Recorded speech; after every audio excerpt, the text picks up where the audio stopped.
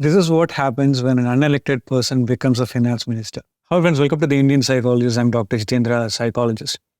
And now I'm not going to talk about this topic from a finance perspective because I'm not a financial expert. Although I know a little bit of finance and I do apply finance to behavioral economics and behavioral finance and stuff like that, I'm not going to talk about how good this budget is or how not so good it is. Because I think there is a bigger picture here, and that is the problem of an unelected person becoming a finance minister.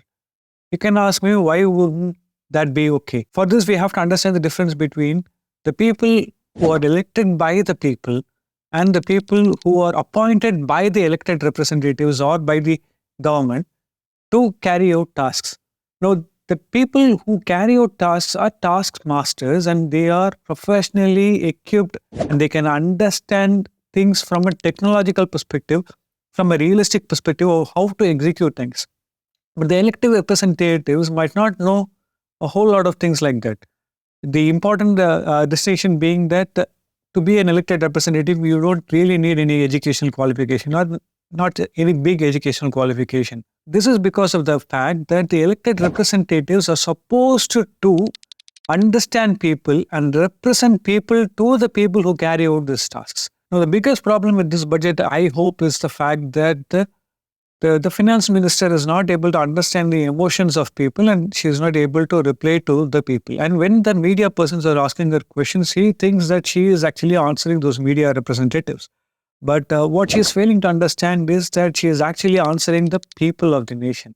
And she might believe that she is not going to answer the people of the nation because the people of the nation did not choose her and the people who elected her are from the government and she has to just answer to those people. No, those people are even answerable to the people of the nation. The important distinction here is to understand that it does not matter how good your financial statements are or your budget is from a financial perspective. If it is not going to communicate that it is going to help the people who elected you. So it is not only important for you to give a great financial budget. I'm not saying that this is. I don't believe that this is from my little bit of knowledge that I have about budgeting in finance. But even if you make the greatest budget of all time, it is still not enough if you just make it and make people annoyed with it. You have to still communicate the same thing to the people. And when people ask genuine questions which they feel affects their livelihood, I believe that it does in this case.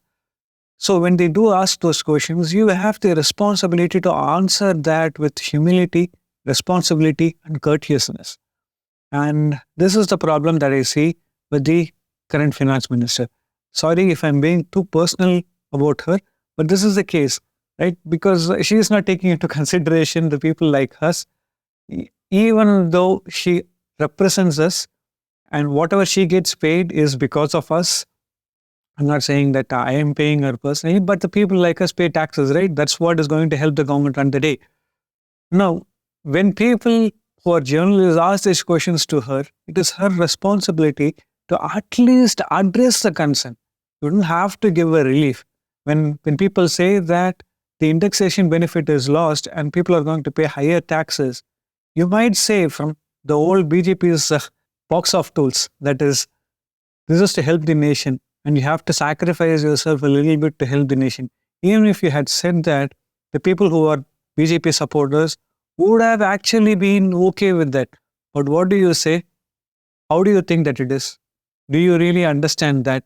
And what right do you have to ask me questions like this?